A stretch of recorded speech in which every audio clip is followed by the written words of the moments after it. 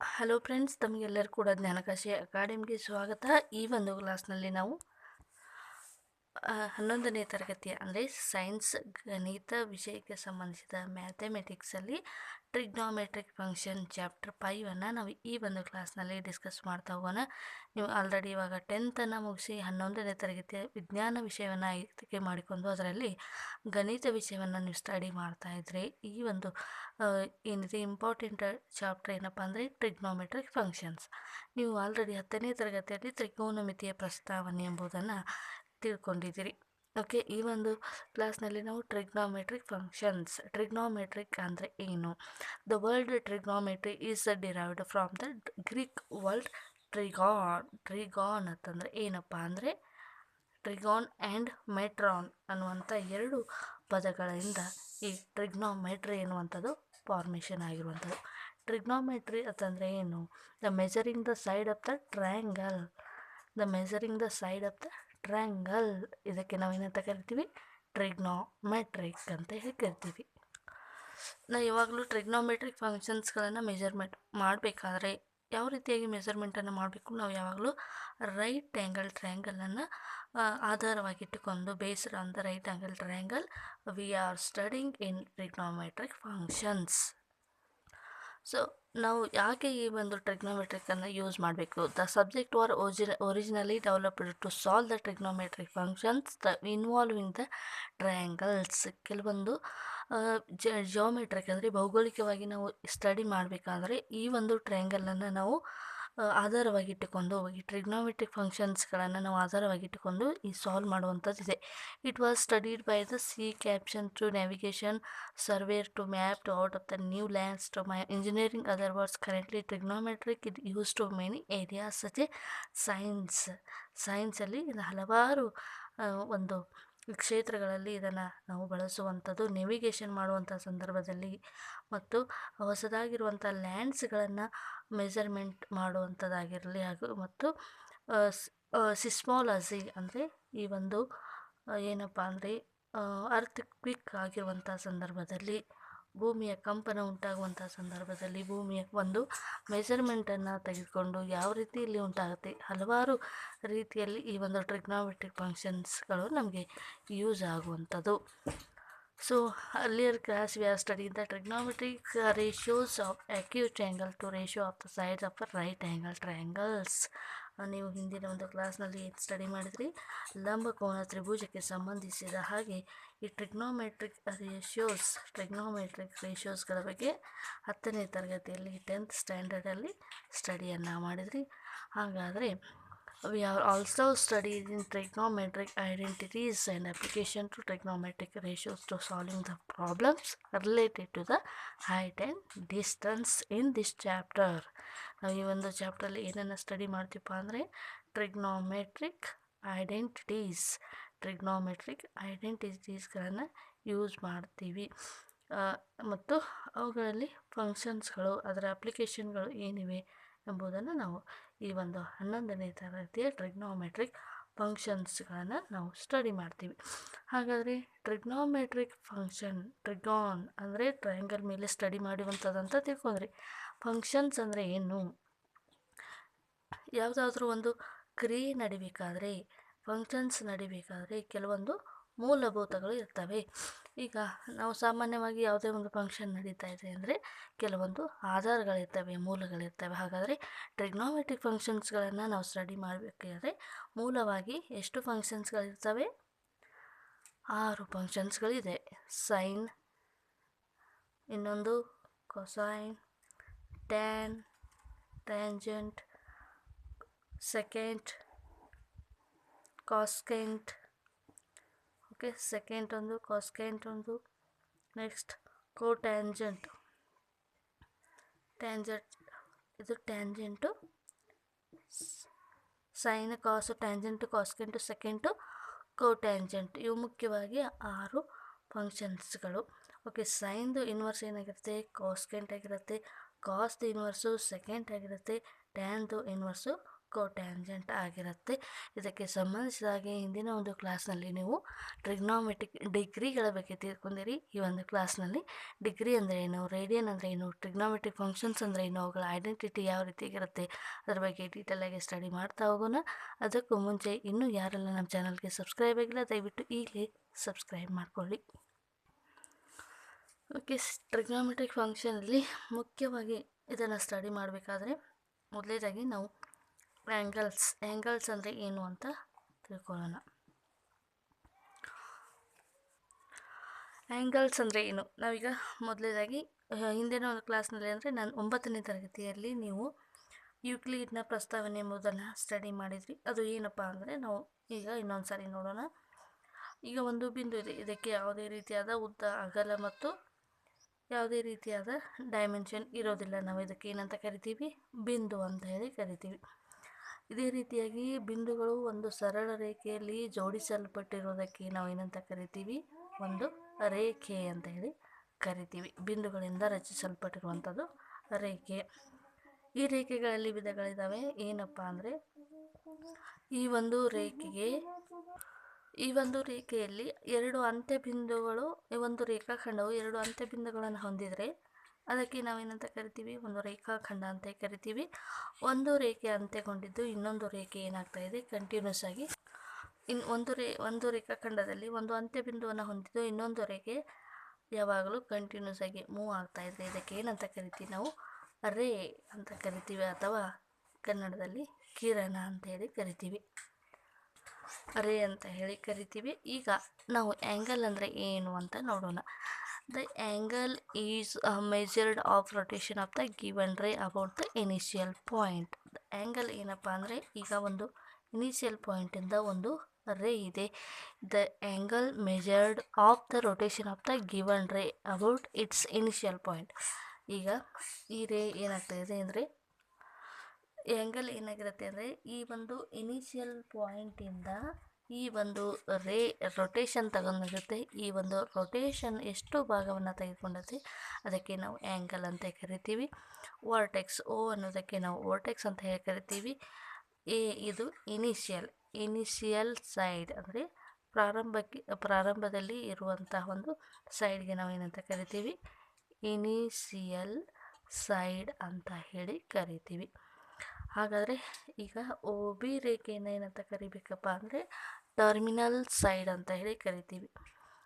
Terminal side ಅಂತ ಹೇಳಿ ಕರಿತೀವಿ.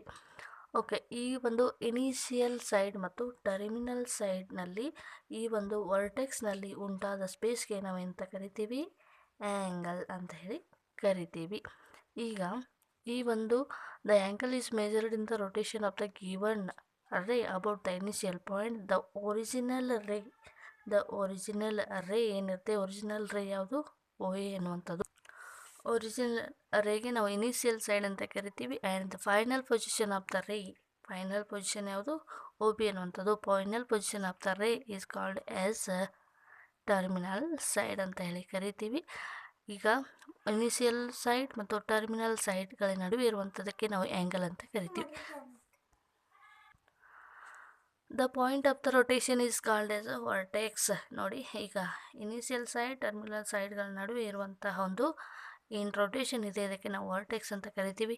If the direction of the rotation is anti clock wise direction, ಈ ರೀತಿಯಾಗಿ ಆ್ಯಂಗಲ್ ಮೂವ್ ಆಗ್ತಾ ಇದ್ರೆ if the direction of the rotation of is anti clock wise direction the angle is say to be positive. ಈಗ ಒಂದು ರೇ consider ಮಾಡೋಣ. ಈ ಒಂದು ರೇಯಲ್ಲಿ ಆ್ಯಂಗಲ್ ಏನಾಗ್ತಿದೆ ಅಂದರೆ ಇನಿಷಿಯಲ್ ಸ್ಪೇಸಿಂದ ಏನಾಗ್ತಿದೆ ಅಂದರೆ ಪಾಸಿಟಿವ್ ಆ್ಯಂಟಿ ಕ್ಲಾಕ್ ವೈಸ್ ಡೈರೆಕ್ಷನ್ ಇಲ್ಲಿ ಇದ್ದರೆ ಆ ಆ್ಯಂಗಲ್ ಯಾವಾಗಲೂ ಏನಾಗಿರುತ್ತೆ, ಪಾಸಿಟಿವ್ ಆಗಿರುತ್ತೆ. ಮತ್ತು if the direction of the rotation of the clock wise direction angle is negative. ಈಗ ಈ ರೀತಿಯಾಗಿದ್ದರೆ ಇದಕ್ಕೆ ನಾವೇನಂತ ಕರಿತೀವಿ, ಆ್ಯಂಟಿ ಕ್ಲಾಕ್ ವೈಸ್, ಯಾವಾಗಲೂ ಇದು ಪಾಸಿಟಿವ್ ಆಗಿರುತ್ತೆ. ಈ ರೇ ಏನಿದೆ ಇದಕ್ಕೆ ಸಂಬಂಧಿಸಿದಾಗೆ ಇದು ಕ್ಲಾಕ್ ವೈಸ್ ಡೈರೆಕ್ಷನಲ್ಲಿ ಆ್ಯಂಗಲ್ ಉಂಟಾಗ್ತಾ ಇದ್ದರೆ ಇದು ನೆಗೆಟಿವ್ ಆಗಿರುತ್ತದೆ. ಇಷ್ಟು ನಿಮಗೆ ಇನಿಷಿಯಲ್ ಆಗಿ ಗೊತ್ತಿರಬೇಕು. ಹಾಗಾದರೆ ಆ್ಯಂಗಲ್ ಅಂದರೆ ಏನು, ಡೆಫಿನೇಷನನ್ನು ನೋಡೋದಾದರೆ one complete revolution, one complete revolution, one complete revolution from the position of the initial ಸೈಡ್ಗೆ ನಾವು ಏನಂತ ಕರಿತೀವಿ, ಆ್ಯಂಗಲ್ ಅಂತ ಕರಿತೀವಿ. ಇದನ್ನು ಎಕ್ಸಾಮ್ನಲ್ಲಿ ಕೇಳ್ಬೋದು. ಆ್ಯಂಗಲ್ ಅಂದರೆ ಏನು? The one complete relation from the position of the initial side. ಇದು ಇನಿಷಿಯಲ್ ಸೈಡ್ ಅಂತಂದರೆ ಇದು ವರ್ಟೆಕ್ಸ್ ಓ ಆಗಿರುತ್ತೆ. ಇದು ಇನಿಷಿಯಲ್ ಸೈಡಿಂದ ಒಂದು ಕಂಪ್ಲೀಟ್ ರೆವಲ್ಯೂಷನ್, ಒಂದು ಸುತ್ತು ಇದರಲ್ಲಿ ಉಂಟಾಗಿದರೆ ಮತ್ತು ಇನಿಷಿಯಲ್ ಸೈಡಿಂದ ಈ ಒಂದು ರೇಖೆಯ ಫೈನಲ್ ರೇ ಏನಿರುತ್ತೆ ಅಲ್ಲಿ ಉಂಟಾಗಿರುವಂಥ ಆ್ಯಂಗಲ್ಗಳಿಗೆ ನಾವು ಏನಂತ ಕರಿತೀವಿ, ಆ್ಯಂಗಲ್ ಅಂತ ಹೇಳಿ ಕರಿತೀವಿ. One complete revolution from the position of the initial side we called as a angle. Next ಒಂದು ಕಾನ್ಸೆಪ್ಟ್ ಏನಪ್ಪ ಅಂದರೆ ಡಿಗ್ರಿ ಮೆಜರ್. ಡಿಗ್ರಿ ಮೆಜರ್ ಏನಂದರೆ if the rotation from the initial side to terminal side. ನೋಡಿ, ನೀವು already ನೋಡಿದ್ರಿ initial side ಅಂದರೆ ಏನು, terminal side ಅಂದರೆ ಏನು, ದ ವರ್ಟೆಕ್ಸ್ ಅಂದರೆ ಏನು. The rotation from the initial side to terminal side. ಇದು ಇನಿಷಿಯಲ್ ಆದರೆ ಇದು ಟರ್ಮಿನಲ್ ಆಗಿರುತ್ತೆ.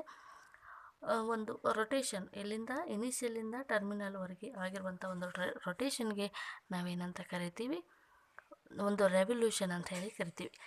Angle, the angle is said to have a measure 1 degree. ನೋಡಿ, 1 ಡಿಗ್ರಿ ಅಂತಂದರೆ ಏನು ಅಂತ ನಾವು ನೋಡೋಣ. ಸೊ ಈಗ ಇನಿಷಿಯಲ್ ಸೈಡ್ ಏನಿದೆ ಇದು ಓ ಅಂದರೆ ವರ್ಟೆಕ್ಸು, ಎ ಅಂದರೆ ಇದು ಇನಿಷಿಯಲ್ ಸೈಡು. ನೋಡಿ, ಈಗ ರೆವಲ್ಯೂಷನ್ ಏನಾಗ್ತಾಯಿದೆ, ಈಗ ಒಂದು rotation from the initial side to terminal. Initial side ಏನಾಗಿದೆ, ಓ ಏನೇ ಆಗಿದೆ. ಟರ್ಮಿನಲ್ ಸೈಡ್ ಕೂಡ ಓ ಬಿ. ಅಂದರೆ ಈಗ ಒಂದು ಕಂಪ್ಲೀಟ್ ಒಂದು ರೊಟೇಷನ್ ಆದಾಗ ಇದು ಆ್ಯಂಗಲ್ ಎಷ್ಟಾಗಿರುತ್ತೆ, ಡಿಗ್ರಿ ಎಷ್ಟಾಗಿರುತ್ತೆ, 360 ಡಿಗ್ರಿ ಆಗಿರುತ್ತೆ. ಇದಕ್ಕೆ ನಾವು ಡಿಗ್ರಿ ಅಂತ ಹೇಳಿ ಕರಿತೀವಿ. ಅದೇ ರೀತಿಯಾಗಿ ಓ ಎನ್ನುವಂಥದ್ದು ವರ್ಟೆಕ್ಸು, ಇದು ಓ ಎ ಎನ್ನುವಂಥದ್ದು ಏನಿದೆ ಟರ್ಮಿನಲ್ ಇನಿಷಿಯಲ್ ಆಗಿದೆ. ಓ ಬಿ ಎನ್ನುವಂಥದ್ದು ಏನಾಗಿದೆ, ಟರ್ಮಿನಲ್ ಸೈಡ್ ಆಗಿದೆ. ಇವಾಗ ಆ್ಯಂಗಲ್ ಇನಿಷಿಯಲಿಂದ ಟರ್ಮಿನಲ್ ಸೈಡ್ವರೆಗೆ ಉಂಟಾಗಿರುವಂಥ ಆ್ಯಂಗಲ್ ಎಷ್ಟಪ್ಪ ಅಂದರೆ 180 ಡಿಗ್ರಿ. ಇದು 180 ಡಿಗ್ರಿ. ಎಷ್ಟು ರೆವಲ್ಯೂಷನ್ ಆಗಿದೆ, 180 ಡಿಗ್ರಿ ಅಷ್ಟು ರೆವಲ್ಯೂಷನ್ ಆಗಿದೆ. Next initial side O A O B ಈಗ ಎಷ್ಟಾಗಿರುತ್ತೆ, ಇದು ಕಂಪ್ಲೀಟ್ 180 ಪ್ಲಸ್ 60 ಡಿಗ್ರಿ ಅಂದರೆ 270 ಡಿಗ್ರಿ ಆಗಿರುತ್ತೆ. ಇಷ್ಟು ರೊಟೇಷನ್ ಇನಿಷಿಯಲ್ಲು, ಇದು ಟರ್ಮಿನಲ್ಲು. ಇಲ್ಲಿ ಉಂಟಾಗಿರುವಂಥ ರೆವಲ್ಯೂಷನ್ ಎಷ್ಟಪ್ಪ ಅಂದರೆ 270 ಡಿಗ್ರಿ ಆಗಿರುತ್ತೆ. ಅದೇ ರೀತಿಯಾಗಿ next initial side O A, terminal side O B, ಇದು ಎಷ್ಟಾಗಿರುತ್ತೆ ಕಂಪ್ಲೀಟ್. ನೋಡಿ, ಇಲ್ಲಿಂದ ಸ್ಟಾರ್ಟ್ ಆಗಿ ಫುಲ್ ಒಂದು ರೆವಲ್ಯೂಷನ್ ತೆಗೆದುಕೊಂಡು ಮತ್ತೆ ಅಗೇನ್ ಓ ಎಗೆ ಕ್ರಾಸ್ ಮಾಡಿ ಓ ಬಿ. ಈಗ ಒಂದು ರೆವಲ್ಯೂಷನ್ ನೋಡಿ, ಒಂದು ರೆವಲ್ಯೂಷನ್ ಇಷ್ಟ ಆಗಿದೆ.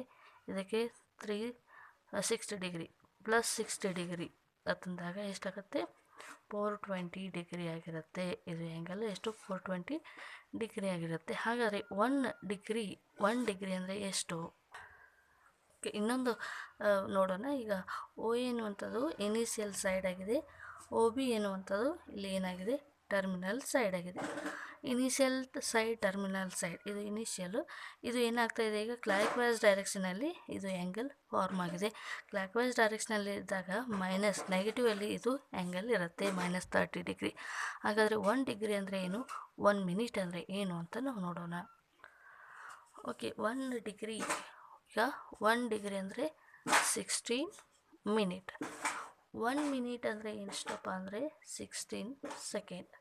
ಓಕೆ, ಈಗ ಡಿಗ್ರಿಯನ್ನು 1 ಡಿಗ್ರಿ ಅಂತ ಈ ರೀತಿಯಾಗಿ ಬರಿತೀವಿ. ಅಲ್ಲಿ 1 ಡಿಗ್ರಿಗೆ 1 ಡಿಗ್ರಿ ಇಂಟು 1 ಡಿಗ್ರಿಯಿಂದ 16 ಮಿನಿಟಿಂದ ನಾವು ಗುಣಿಸಬೇಕು. 16 ಮಿನಿಟಲ್ಲಿ ಇದ್ದಾಗ ಸೆಕೆಂಡ್ಗೆ ಕನ್ವರ್ಟ್ ಮಾಡ್ಕೋಬೇಕಪ್ಪ ಅಂತಂದರೆ 1 ಮಿನಿಟ್ ಇದ್ದಾಗ ಅದು 16 ಸೆಕೆಂಡ್ ಆಗುತ್ತೆ. ಸೆಕೆಂಡನ್ನು ನಾವು ಡಬಲ್ ಇನ್ವರ್ಟೆಡ್ ಕಾಮದಲ್ಲಿ ಈ ರೀತಿಯಾಗಿ ಬರಿತೀವಿ. ನೋಡಿ, the angle is said to have a measure of 1 degree. 1 degree ಅಂತಂದರೆ ನಾವು ರಿಟನ್ ಆಸ್ 1 ಡಿಗ್ರಿ ಅಂದರೆ ನಾವು ಈ ರೀತಿಯಾಗಿ ಬರಿತೀವಿ. A degree is divided into 60 minute. Degree 1 degree is divided into 60 minute. ಆವಾಗ ಏನಾಗುತ್ತೆ 60 ಸೆಕೆಂಡ್ಸ್ ಆಗುತ್ತೆ. 1/16 of a degree is called as a minute. Okay, ನಾವು ಮಿನಿಟನ್ನು ಯಾವ ರೀತಿಯಾಗಿ ಬರಿತೀವಿ, ಈ ರೀತಿಯಾಗಿ ಬರಿತೀವಿ. 1/16 of a minute is called as a second. ಈಗ 1 ಡಿಗ್ರಿ ಇರೋದನ್ನು ನಾವು ಅಗೇನ್ ಈ ಒಂದು 60ಯಿಂದ ಮತ್ತೆ ಗುಣಿಸಿದಾಗ ಅದು ಸೆಕೆಂಡಲ್ಲಿ, ಡಿಗ್ರಿಯಲ್ಲಿ ಇರುವಂಥದ್ದನ್ನು 60ಕ್ಕೆ ಡಿವೈಡ್ ಮಾಡಿದಾಗ ಅದು 1 ನಿಮಿಷ ಆಗುತ್ತೆ. 1 ನಿಮಿಷದಲ್ಲಿ ಇರುವಂಥದ್ದನ್ನು 60ರಿಂದ ಡಿವೈಡ್ ಮಾಡಿದಾಗ ಅದು ಏನಾಗುತ್ತೆ, ಸೆಕೆಂಡಲ್ಲಿ ಕನ್ವರ್ಟ್ ಆಗುತ್ತೆ. ನಾವು ಮುಂದೆ ಬರುವಂಥ ಕೆಲವೊಂದು ಎಕ್ಸಾಂಪಲ್ಗಳನ್ನು ಸಾಲ್ವ್ ಮಾಡಿದಾಗ ಡಿಗ್ರಿಯನ್ನು ಯಾವ ರೀತಿಯಾಗಿ ಮೆಜರ್ ಮಾಡೋದು ಅಂತ ನೋಡೋಣ.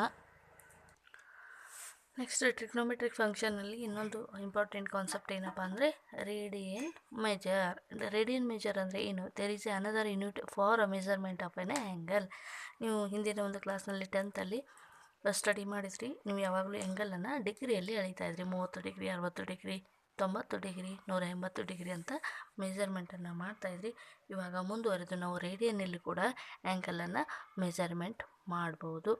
There is another unit for a measurement of an angle we called as the radian measure ಅಂತ ಕರಿತೀವಿ. ಹಾಗಾದರೆ ರೇಡಿಯನ್ ಅಂದರೆ ಏನು? The angle subtended at a centre by an arc of a 1 unit of a unit circle is said to have a measure 1 radian. Okay, ಈಗ ಡೆಫಿನೇಷನನ್ನು ಇರಲಿ. ಮೊದಲನೇದಾಗಿ ಇದನ್ನು ಏನಂತ ನಾವು ಅರ್ಥ ಮಾಡ್ಕೊಳ್ಳೋಣ. ಒಂದು ಸರ್ಕಲನ್ನು ಕನ್ಸಿಡರ್ ಮಾಡೋಣ. ಈ ರೀತಿಯಾಗಿ ಒಂದು ಸರ್ಕಲನ್ನು ಕನ್ಸಿಡರ್ ಮಾಡೋಣ. ಈ ಸರ್ಕಲನ್ನು ನಾವು 4 ಕ್ವಾಡ್ರೆಂಟಾಗಿ ಡಿವೈಡನ್ನು ಮಾಡೋಣ. ಕ್ವಾಡ್ರೆಂಟ್ ಅಂದರೆ ಏನು? ಚತುರ್ಧಕ ಅಂಥೇಳಿ ಕರಿತೀವಿ. ಈಗ ಇದು ಓ ಎನ್ನುವಂಥದ್ದು ಸೆಂಟರ್ ಆಗಿದೆ. ಸೆಂಟರ್ಗೆ ಓ ಅಂತ ಹೇಳಿ ಕರಿತೀವಿ. ಇನಿಷಿಯಲ್ ಸೈಡನ್ನು ನಾವು ಓ ಎ ಅಂತ ಹೇಳಿ ಕನ್ಸಿಡರ್ ಮಾಡೋಣ. ಇವಾಗ ಓ ಎ ಎನ್ನುವಂಥದ್ದು 1 ಸೆಂಟಿಮೀಟರ್ ರೇಡಿಯಸ್ ಇದೆ ಅಂತ ಅಂದ್ಕೊಳ್ಳೋಣ. ಇದಕ್ಕೆ ನಾವು ಏನಂತ ಕರಿತೀವಿ? 1 ಸೆಂಟಿಮೀಟರ್ ಏನಿದೆ ತ್ರಿಜ್ಯ ಇದೆ. ಈಗ ಓನಿಂದ ಓ ಬಿ ಅಂತ ಬಿ ಕನ್ಸಿಡರ್ ಮಾಡೋಣ. ಓಕೆ, ಇದು 1 ಸೆಂಟಿಮೀಟರ್ ರೇಡಿಯಸ್ ಆಗಿದರೆ ಇದು ಆರ್ಕ್ ಅಂದರೆ ಏನು? ಕಂಸ ಅಂತ ಕರಿತೀವಿ. ಇದು ಕೂಡ 1 ಸೆಂಟಿಮೀಟರ್ ಆಗಿರಬೇಕು. ಈಗ ಓ ಎ ಎನ್ನುವಂಥದ್ದು 1 ಸೆಂಟಿಮೀಟರ್, ಎ ಬಿ ಎನ್ನುವಂಥದ್ದು 1 ಸೆಂಟಿಮೀಟರ್, ಓ ಬಿ ಎನ್ನುವಂಥದ್ದು ಕೂಡ 1 ಸೆಂಟಿಮೀಟರ್ ಆಗಿರುತ್ತೆ. ಈ ರೀತಿಯಾಗಿ 4 ಕಡೆಗೂ ಅಂದರೆ ಇನಿಷಿಯಲ್ ಸೈಡ್, ಟರ್ಮಿನಲ್ ಸೈಡ್ ಮತ್ತು ಆರ್ಕ್ಗಳು ಒಂದೇ ಯೂನಿಟಲ್ಲಿ ಇರೋದರಿಂದ ಇಲ್ಲಿ ಉಂಟಾಗಿರುವಂಥ ಆ್ಯಂಗಲ್ಗೆ ನಾವು ಏನಂತ ಕರಿತೀವಿ? 1 ರೇಡಿಯನ್ ಅಂತೇಳಿ ಕರಿತೀವಿ. ಈಗ ನಿಮಗೆ ಡೆಫಿನೇಷನ್ ಅರ್ಥ ಆಗುತ್ತೆ ಏನಂತ. Angle subtended at the centre. Angle ಎಲ್ಲಿ ಸಬ್ಸ್ಟೆಂಡ್ ಆಗಿದೆ? At a centre. ಈ ಒಂದು ವೃತ್ತದ ಕೇಂದ್ರದಲ್ಲಿ ಆ್ಯಂಗಲ್ ಫಾರ್ಮೇಷನ್ ಆಗಿದೆ. The angle subtended at a centre by an arc ಎಲ್ಲಿದೆ? A B arc. By an arc of a length ಎಷ್ಟಿದೆ? ನಾವೀಗ 1 ಸೆಂಟಿಮೀಟರ್ ಬದಲಾಗಿ 1 ಯೂನಿಟ್ ಅಂತ ತೆಗೆದುಕೊಳ್ಳೋಣ.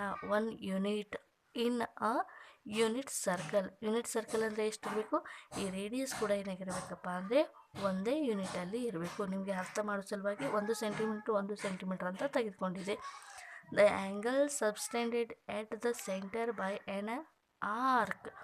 1 ಲೆಂತ್ ಎಷ್ಟಿದೆ? Length 1 unit in a 1 unit circle is said to have a measure of 1 radian. ಇದು radian ಮೆಜರ್ಮೆಂಟದ definition. ನೋಡಿ, ಇನ್ನೊಂದ್ಸರಿ ನೋಡೋಣ ಡೆಫಿನೇಷನ್ ಏನು ಅಂತ ಅರ್ಥ ಮಾಡ್ಕೊಳ್ಳೋಣ. ಡೆಫಿನೇಷನ್ ತುಂಬಾ important. What is radian measurement? What is the definition of radian ಅಂತ ಕೂಡ ಕೇಳ್ಬೋದು. ದ ಆ್ಯಂಗಲ್ ಇದು ರೇಡಿಯನ್ ಮೆಜರ್ಮೆಂಟ್ ಎನ್ನುವಂಥದ್ದು ಇದು ಕೂಡ ಒಂದು measurement of angle. The angle subtended ಎಲ್ಲಿರಿ? ಕೇಂದ್ರದಾಗ. The angle subtended at the centre ಎಲ್ಲಿ? ವೃತ್ತ ಕೇಂದ್ರದಲ್ಲಿ. The angle subtended at the circle by an arc. ಯಾವುದರಿಂದ ಉಂಟಾಗಿದೆ? ಆರ್ಕಿಂದ. ವೃತ್ತದ ಕಂಸದಿಂದ ವೃತ್ತ ಕೇಂದ್ರದಲ್ಲಿ ಉಂಟಾಗಿರುವಂತಹ ಕೋನ. ಆ ಒಂದು ಆರ್ಕ್ ಲೆಂತ್ ಎಷ್ಟಿದೆ? Centre by an arc of a length ಎಷ್ಟಿದೆ 1 ಯೂನಿಟ್ ಇನ್ ಅ ಯೂನಿಟ್ ಸರ್ಕಲ್ ಅಂತ ಕೂಡ ಕರಿಬೋದು. ಯೂನಿಟ್ ಸರ್ಕಲ್ ಅಂದರೆ ಏನು? ಸರ್ಕಲ್ ಆಫ್ ಎ ರೇಡಿಯಸ್ ಅದಕ್ಕೆ ನಾವೇನಂತ ಕರಿತೀವಿ? ಯೂನಿಟ್ ಸರ್ಕಲ್ ಅಂತ ಹೇಳಿ ಕರಿತೀವಿ. Circle of a radius 1 unit ಆಗಿರುತ್ತೆ. Is said to have a measure of 1 radian. ಇದು definition. Okay, the angle subtended at the center by an arc of a length 1 unit in unit circle. ಈ ಒಂದು angle ಏನಾಗ್ತದೆ ಅಂದರೆ positive ಅಲ್ಲಿದೆ. ಅದೇ ರೀತಿಯಾಗಿ angle ಆ್ಯಂಟಿ clock wise, ಇದು ಆ್ಯಂಟಿ clock ವೈಸಲ್ಲಿದೆ, ಇದು ಪಾಸಿಟಿವ್ ಆಗಿದೆ. ಈಗ ಒ ಬಿ ಅನ್ನುವಂಥದ್ದು ಕೆಳಗಡೆ ಇದ್ದರೆ ಏನಾಗಿರುತ್ತೆ? -1 ರೇಡಿಯನ್ ನೆಗೆಟಿವ್ ಅಲ್ಲಿ ಇರುತ್ತೆ. ಈಗ ಈ ಸರ್ಕಲ್ ಏನಿದೆ, ಈ ಸರ್ಕಲ್ನ ರೇಡಿಯಸ್ಸು 1 and 1.5 ಯೂನಿಟ್ ಆಗಿದ್ದರೆ ಇದು ಆರ್ಕ್ ಕೂಡ ಎಷ್ಟಾಗಿರಬೇಕು? 1.5 ಯೂನಿಟ್ ಆಗಿರಬೇಕು. ಇದಕ್ಕೆ ಕೂಡ ನಾವು ಏನಂತ ಕರಿತೀವಿ? 1/2 ರೇಡಿಯನ್ ಅಂತ ಹೇಳಿ ಕರಿತೀವಿ. ಓಕೆ, ನಮಗೆ ಗೊತ್ತಿರಬೇಕು ಆ್ಯಂಟಿ ಕ್ಲಾಕ್ ವೈಸಲ್ಲಿದ್ದರೆ ಪಾಸಿಟಿವ್, ಕ್ಲಾಕ್ ವೈಸಲ್ಲಿದ್ದರೆ ನೆಗೆಟಿವ್ ಸೈನನ್ನು ನಾವು ಇಲ್ಲಿ ಗುರುತಿಸಬೇಕು.